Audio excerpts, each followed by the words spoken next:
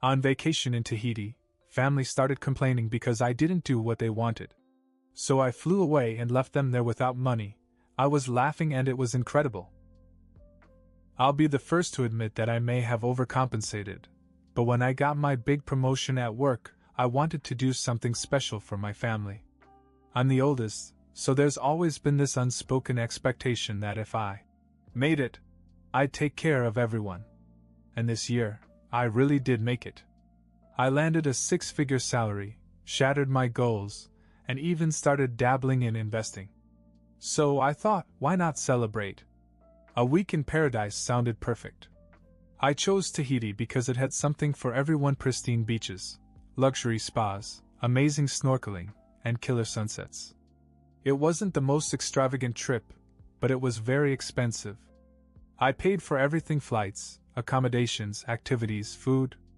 I even invited my parents and my twin sisters, Isabella and Jessica.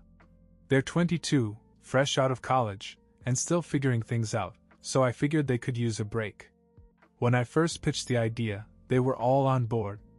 My mom even said, "You're such a sweetheart for taking care of us like this." My dad nodded in agreement, which is practically an emotional outburst for him. Isabella and Jessica were thrilled. They started sending me TikToks of places in Tahiti they wanted to visit, like the overwater bungalows and dolphin tours. A month later, we were on a flight to paradise. I felt like I was doing something good, paying them back for all the times they had supported me, or pretended to. Tahiti was everything I'd hoped it would be. The water was crystal clear, the food was incredible, and the hotel, while not the Ritz-Carlton, was pretty damn nice. For the first 2 days, everything seemed great. My sisters were having a blast swimming, and I even managed to get my dad to crack a smile when we saw dolphins. But on the 3rd day, the cracks started to show. My mom and dad pulled me aside after dinner and dropped the bomb. "You know, it's nice here," my mom started, "but we really wanted to go to Hawaii." I blinked, not sure if I heard her right. "Hawaii?" "Yes," she said. "The Johnsons went there last month. Your father and I were really hoping you'd plan something like that. It would have been more exciting for us." "Exciting?" I repeated. "We're in damn Tahiti. Look around." But my mom shrugged and said, "Well, it's not the same."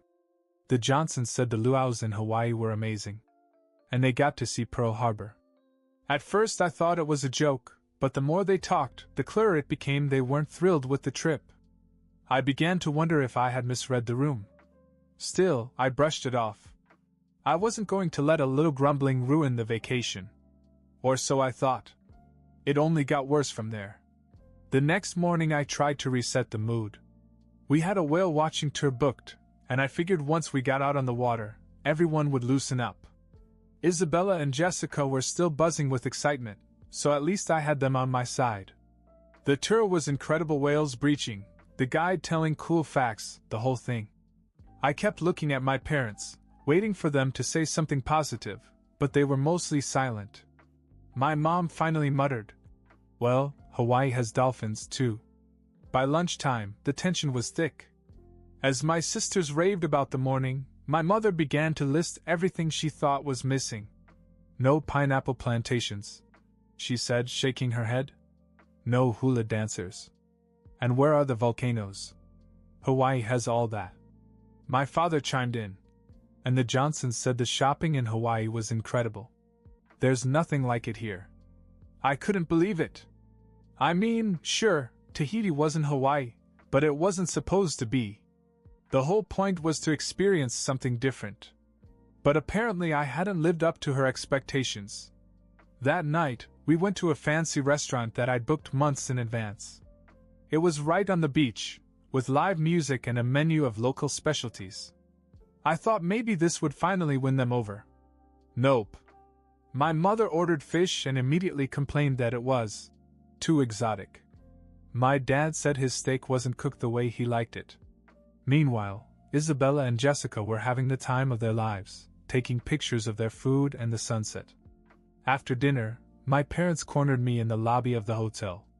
"You know," my mom said, "if you're doing so well now, Maybe you could help out a little more." "What do you mean?" I asked, already dreading the answer. "Well," she said, "your sisters still live with us, and we're getting older. It's time for them to have a place of their own.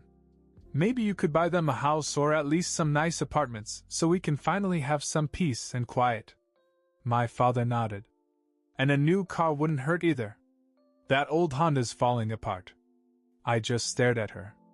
Was this really happening? I'd already spent a small fortune on this trip and now they were asking me for more? "I can't do that," I said. "I've had a good year, but I'm not a millionaire. I have expenses, investments. I can't just buy houses and cars like they're nothing." My mother's face hardened. "So you're saying you're too cheap to help your family?" "What?" I said. "That's not what I'm saying at all." But she didn't stop. "You want to surprise us with this vacation, but you won't help your sisters? What kind of son are you?" I couldn't believe what I was hearing. They went on, digging up every perceived slight from my childhood.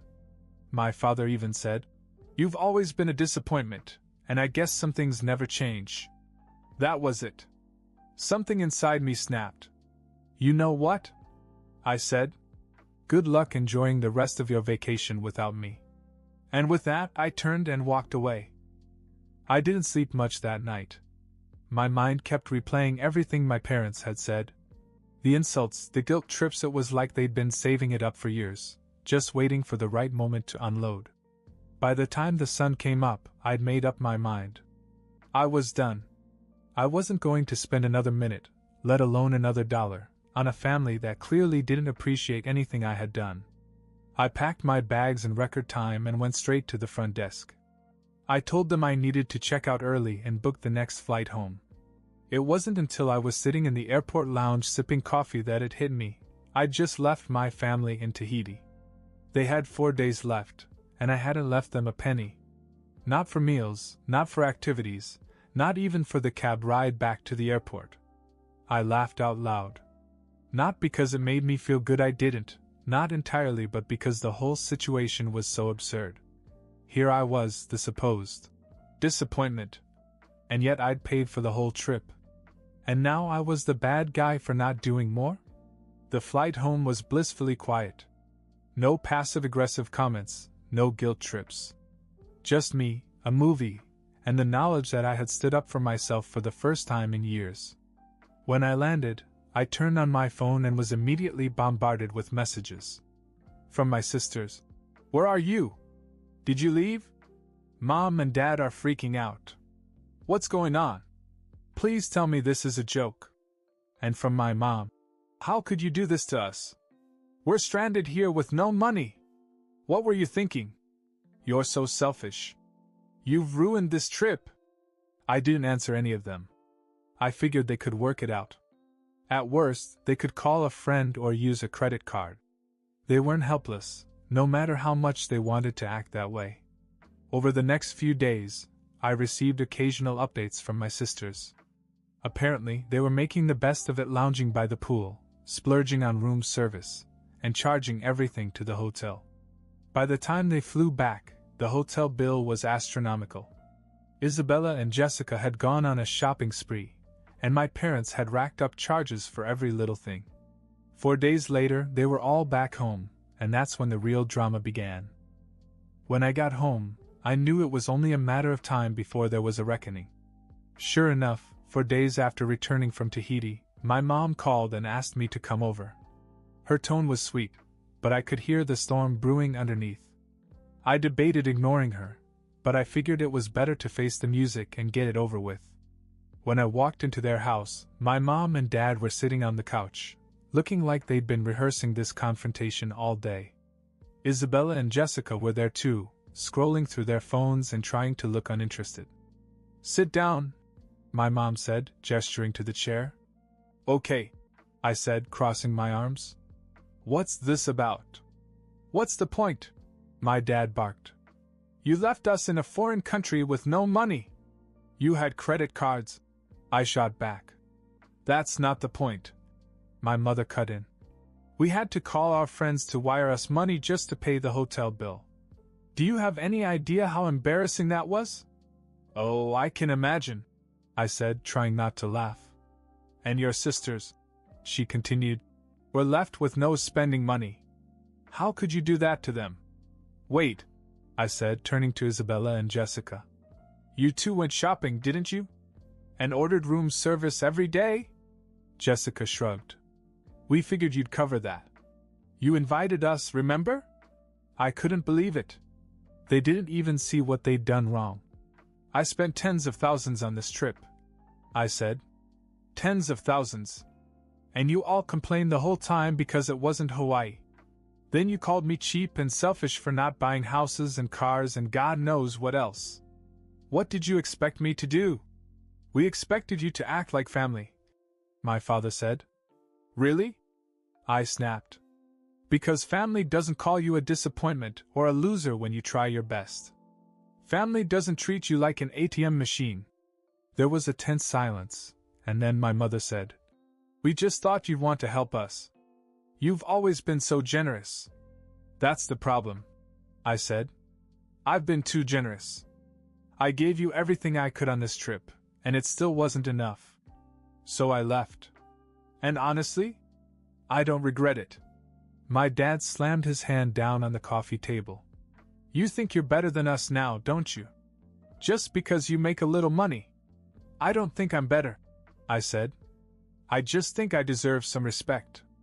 And if you can't give me that, then I don't need to be here. I got up to leave, but then my mom hit me with something I didn't see coming. Wait, she said. Before you go, we need to show you something. She pulled out her phone and started scrolling, then handed it to me. On the screen was a picture of a brand new Mercedes parked in her driveway. Are you kidding me? I said. We had to get it, my dad said. The Honda was falling apart, and since you wouldn't help, we used the money your grandma left us. The thing is, my grandmother had left that money to all of us, including me, Isabella, and Jessica. It was supposed to be split evenly, but obviously it wasn't. I stared at the picture of the Mercedes on my mom's phone, my jaw clenching. Grams left that money for all of us, I said, my voice cold. Well, we needed it, my father replied. You're doing fine without it anyway. Why shouldn't we use it? Before I could answer, Isabella chimed in. Actually, that's not the whole story. She looked at Jessica, who looked uncomfortable. What do you mean? I asked, narrowing my eyes. Isabella hesitated, then said, Mom and Dad didn't just use Graham's money for the car. They also used some of it to pay the hotel bill after you left. What? Jessica jumped in, obviously upset. We only found out because Isabella overheard them on the phone with the bank. They emptied out almost the entire account. Wait a minute, I said, trying to process this. The account was supposed to be divided equally. You two didn't get anything? Jessica shook her head. Nope.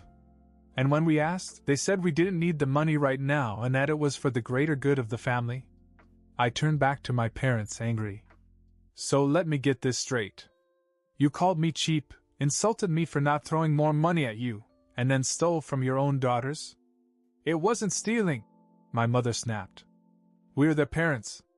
We know what's best for them. Isabella crossed her arms. Yes, because a luxury car is exactly what we needed.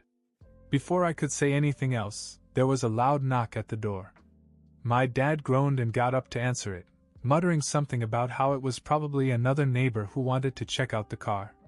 But when he opened the door, it wasn't a neighbor. It was a man in a suit holding a clipboard. Mr. Bennett? The man asked, addressing my father. Yes? The man handed him an envelope. You've been served. What is this? My father demanded, tearing open the envelope. His face turned pale as he read the papers inside. What's going on? I asked, standing up. My dad didn't answer, so I grabbed the papers out of his hands and skimmed through them. It was a lawsuit. Apparently, the Johnsons, the same neighbors my mom had been so obsessed with, were suing my parents for fraud. What the hell is this? I asked, waving the papers around. My mother buried her face in her hands. It's a misunderstanding, she said. Really? Because it says here that you convinced her to invest in a bogus real estate deal and then pocketed the money. My father finally spoke up. It wasn't bogus. It just didn't work out the way we thought it would. Jessica burst out laughing. So let me get this straight. You blew through Grandma's money, scammed the neighbors, and now you're being sued? And you still had the audacity to call him cheap? She pointed at me. For the first time in my life, I saw my parents speechless. Oh, it gets better, Isabella said, pulling out her phone. I did some digging after we got back from Tahiti. It turns out that Mom and Dad refinanced the house last year without telling anyone.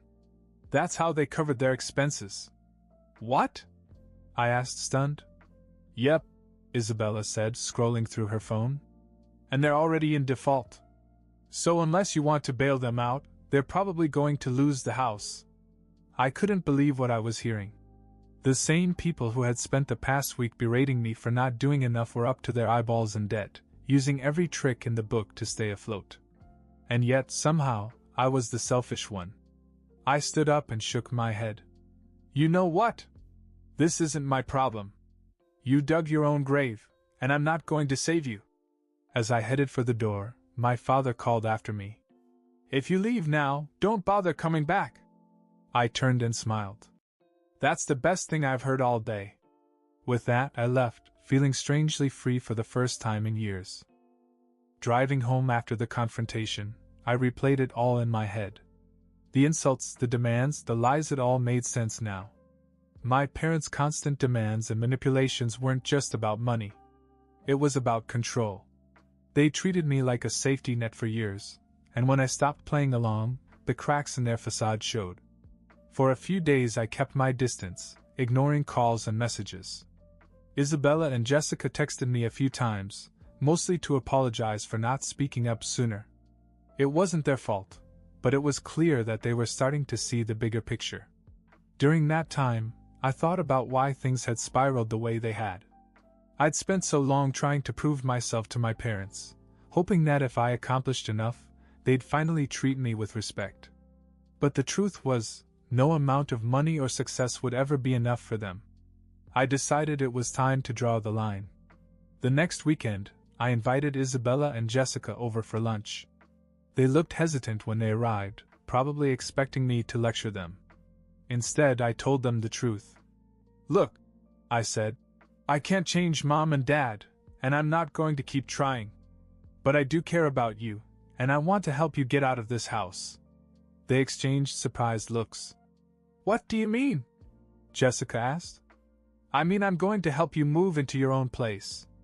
A rental, nothing fancy, but something where you can start fresh.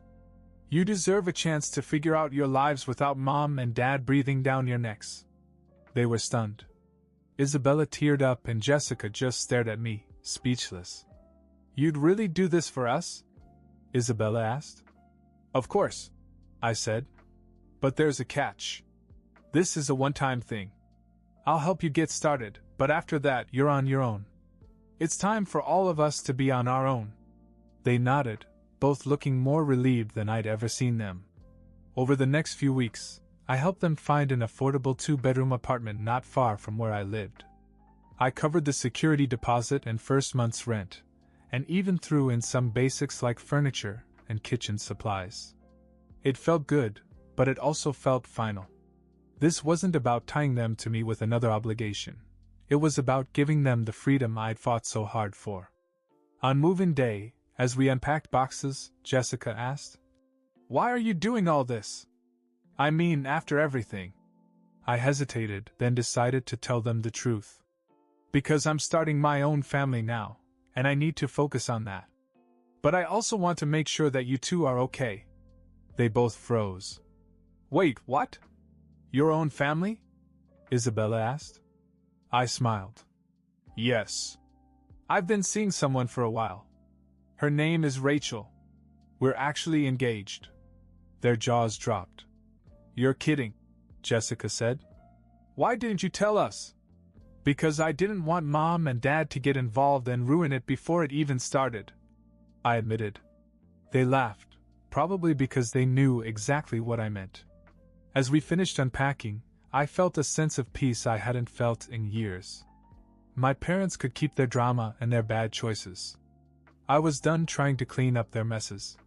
From now on, my energy was going to the people who mattered most: Rachel, Isabella, Jessica, and the future I was finally building for myself. For the first time in a long time, I felt like I was exactly where I was supposed to be.